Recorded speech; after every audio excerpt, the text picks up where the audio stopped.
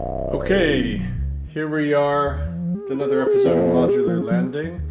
What we're going to do in the next couple episodes is we are going to go through all the modules here in my rig.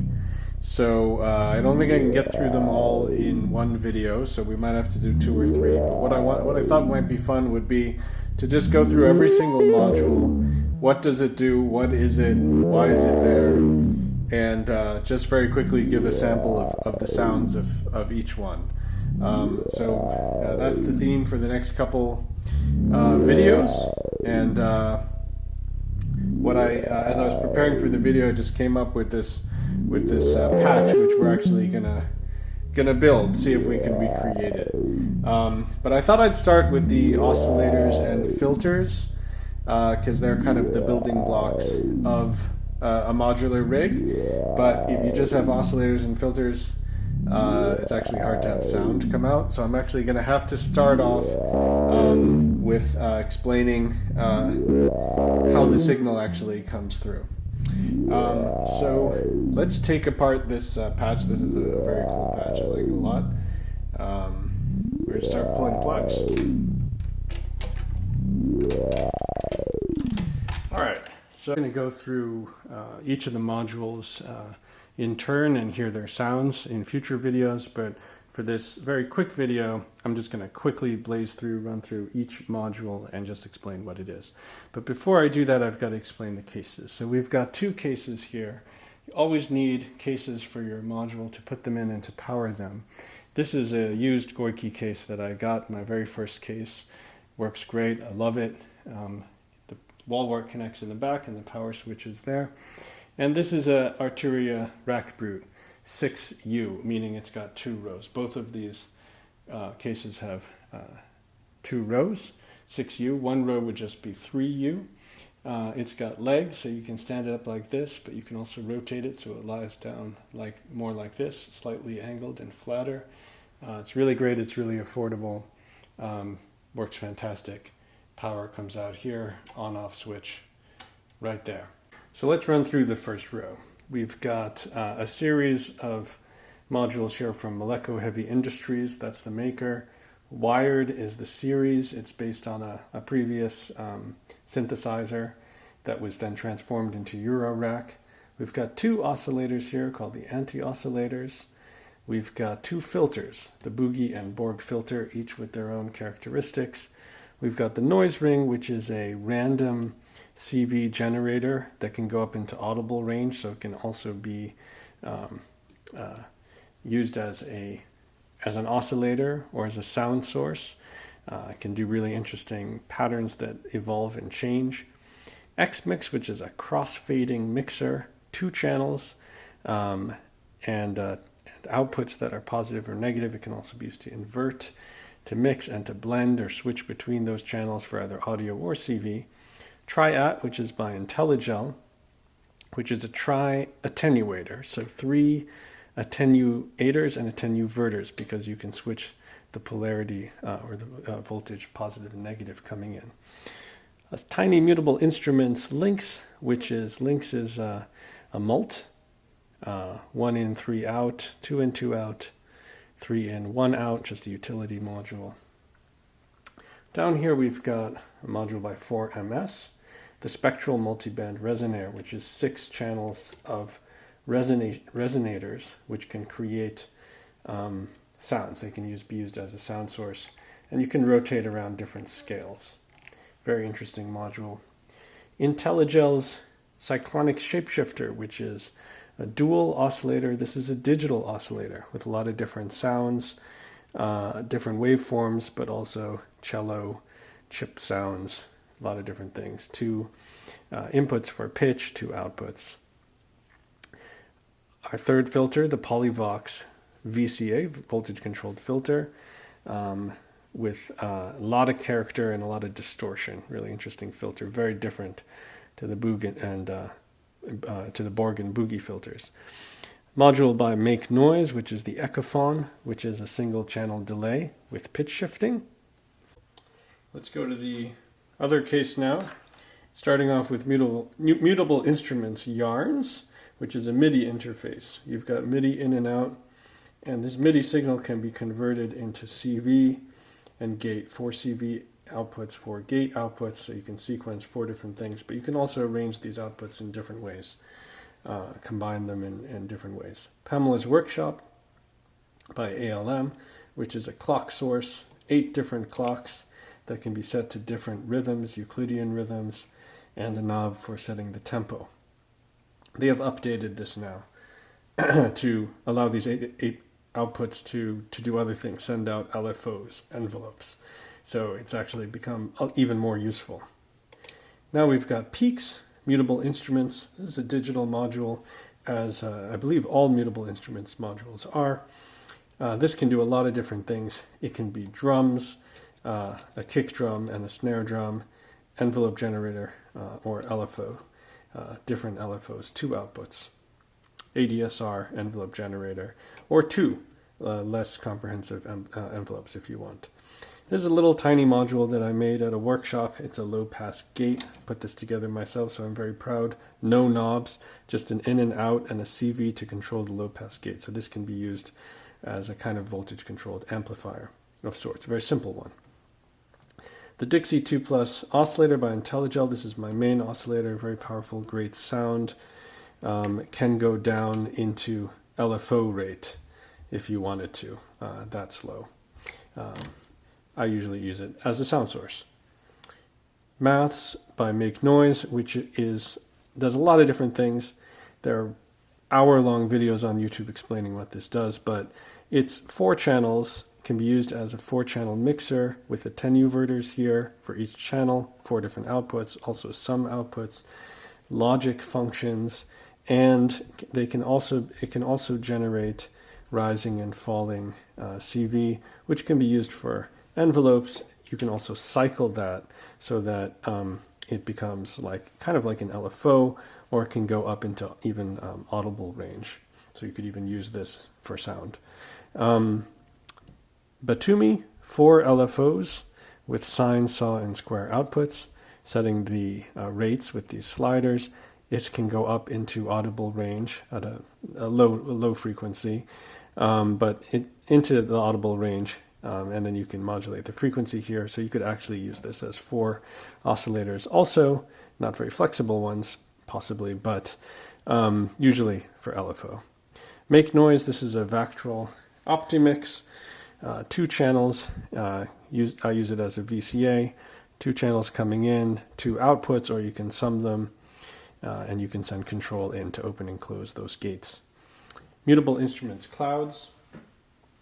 This is a granular synthesizer that you can use to create reverb-like effects, stereo in, stereo out. Azimuth 2, this is a stereo fading and panning module. It has got 2 VCAs for the left channel and right channel, and you can change the stereo width, and you can pan back and forth. So great for creating stereo effects, a lot of stereo movement in your modular. Down here in the bottom row, we've got the Rene sequencer, Cartesian sequencer by Make Noise, which is great for sequencing. 16 steps. Can do interesting things in the sense that you can move the X and Y, control the X and Y movement independently, so you can do a lot of funky things. Pressure points, which can be used as a 4-step sequencer. It can be used as a keyboard, but basically these 4 steps send CV according to these 4 knobs per step. Brains connects to pressure points. It's an add-on module. Underneath there is a hard connection underneath. If you add them, that allows you to clock pressure points and clock various other functions of it, making it a little more useful. The stereo triggered sampler by 4MS has 2 channels and can play 2 samples at the same time with a lot of inputs. Has a little mini SD card there, so you can load in your own samples. And the dual looping delay is also 2 channels, 2 inputs for delay. It can also do a lot of other interesting things, can capture the information, the sound, reverse it, etc. And lastly, we've got Expert Sleeping's the Disting. This is a digital module that can do a lot of different things. It can be used as an oscillator, an LFO, sample and hold, a quantizer, and more. So kind of a utility module for a tiny amount of size that you can bring in if you need something extra that you don't have.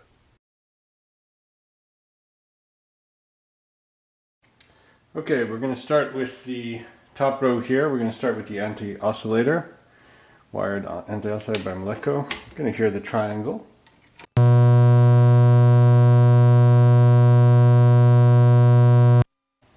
The Mayhem, which is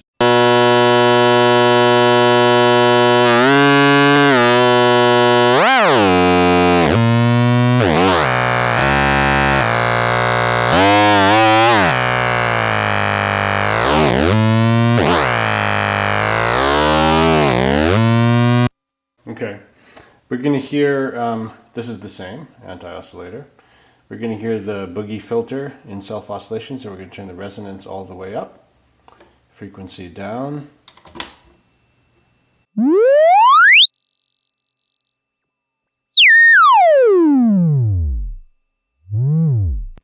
Let's hear 24 dB.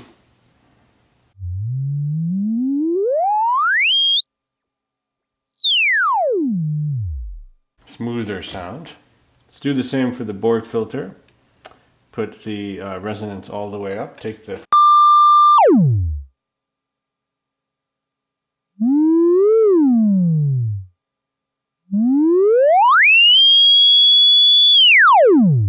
interestingly, it seems to have less bass and seems to go not quite as high, oddly. Let's take output 2.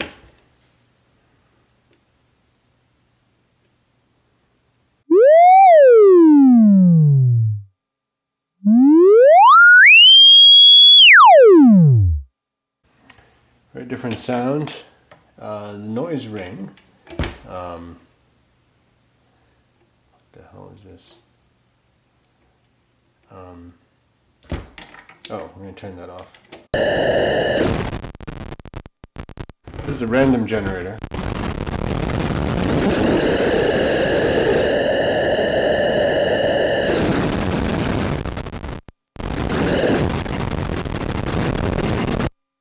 Output.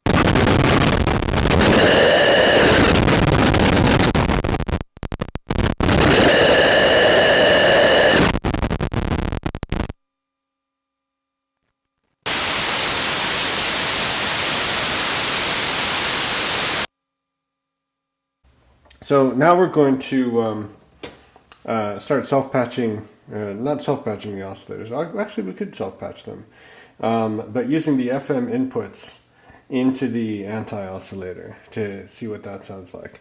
So we've got a exponential and a linear in here in the anti-oscillator, 2 inputs here, so 2 ways of modulating it. So if we take the triangle output,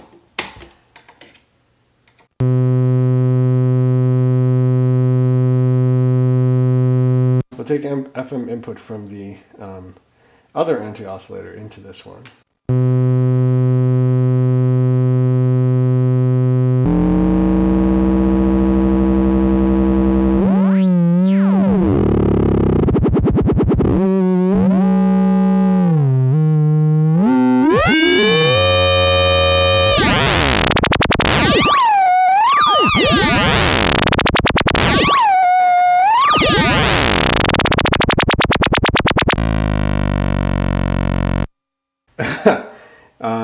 Now let's try the linear input.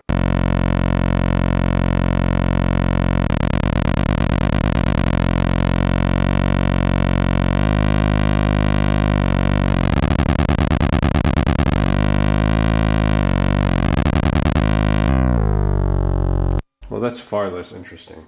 Definitely preferring the exponential input there. Let's try the Mayhem output and do the same.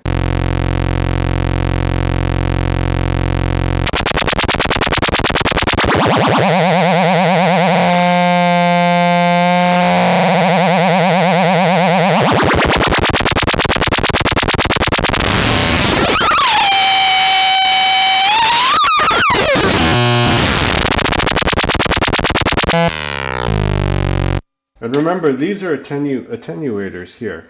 So when it's all the way down, the signal that's coming in is completely attenuated. As we move it up, it's allowing more of that signal to modulate, more amplitude of that signal to modulate the FM, the frequency here. So pretty interesting.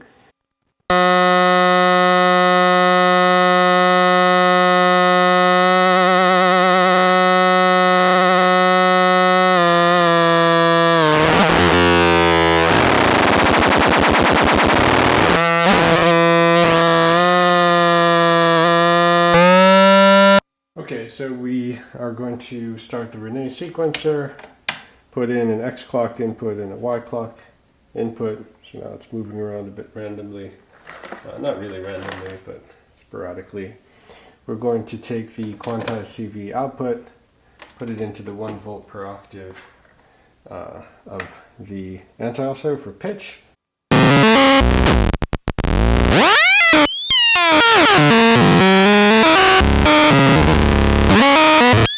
Let's check the triangle first.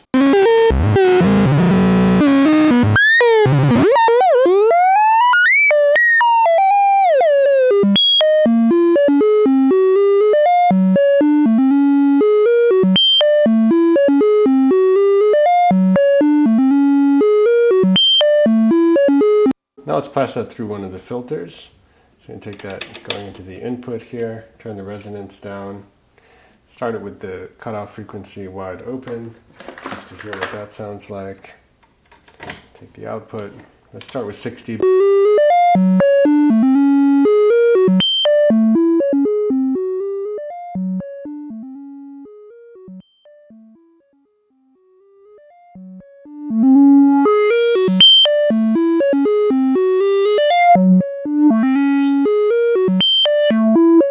Bring the resonance up to maximum.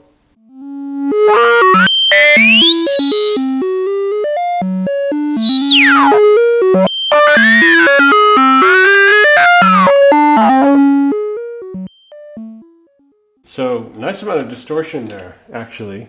Let's try the let's try the 24 dB octave, then we'll move on to the board.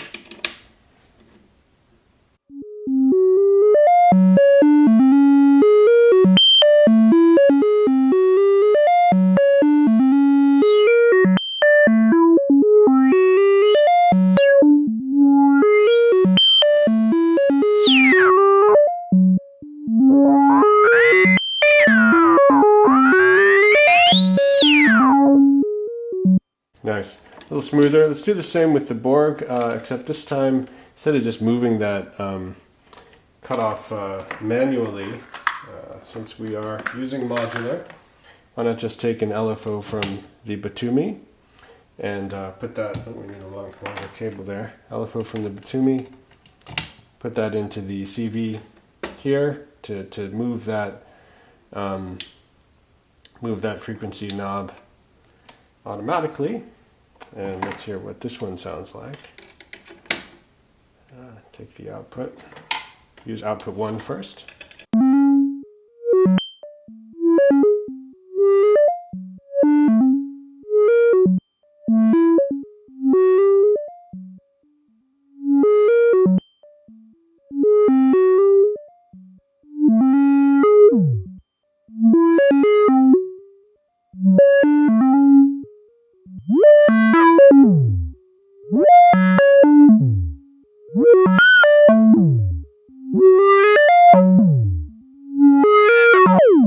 Try output 2, bring the resonance down.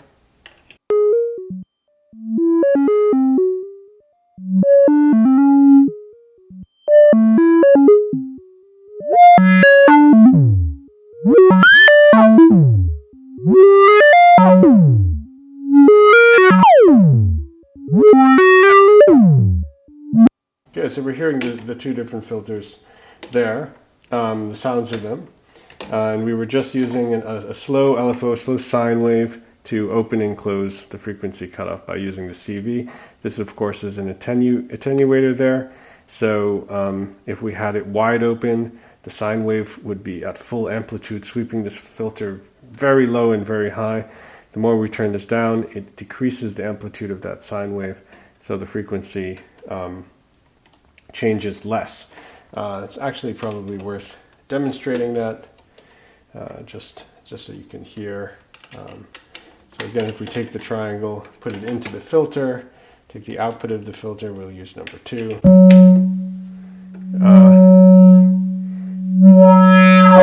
let me turn the resonance down. So this sets where the frequency is going to start. This is pretty open there. Let's close it a little bit. And the sine wave is going pretty slowly. We can speed it up. If we fully attenuate it, no signal is coming in. If we slowly increase it, we hear that LFO sweeping the filter slightly, as if we were just doing this. And the more we open it, it doesn't change the speed of the LFO, but it changes its amplitude.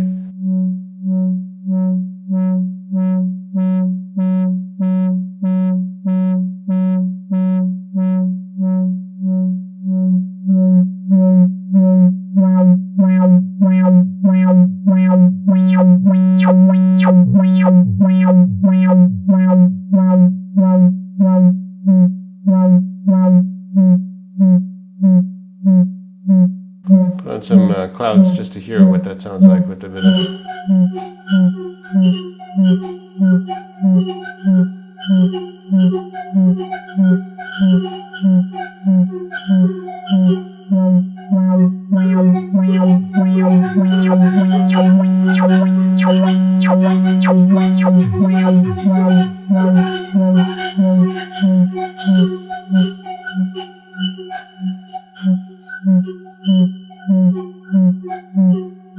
Just curious what that sounds like. Do the same thing with the boogie filter. Again, got the LFO going in, take the output there. Let's use...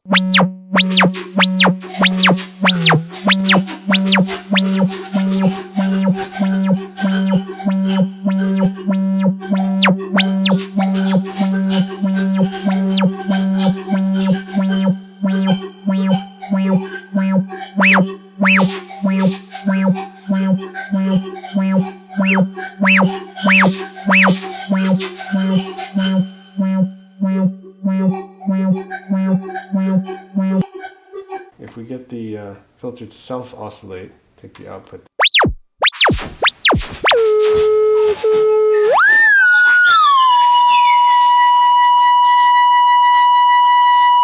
I'm curious what this key in is actually doing. Let's take this, take the sequencer quantized output, put it into the key in, and see what happens.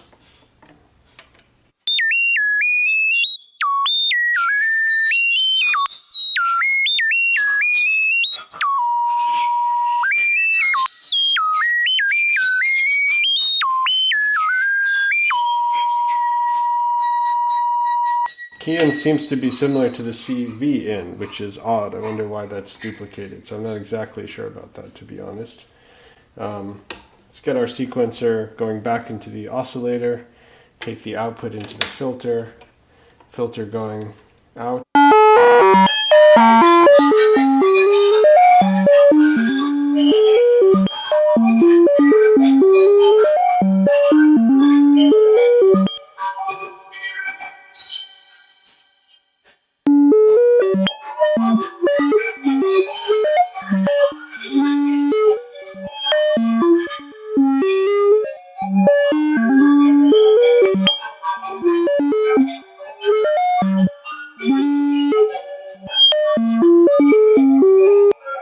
Okay. Oddly, they seem to both control the frequency cutoff, but one has this attenuator. In the next video, we're going to look at the noise ring and the cross mix, the X mix, look at the triad, look at links, and then move down through the rest of the modules. Thanks.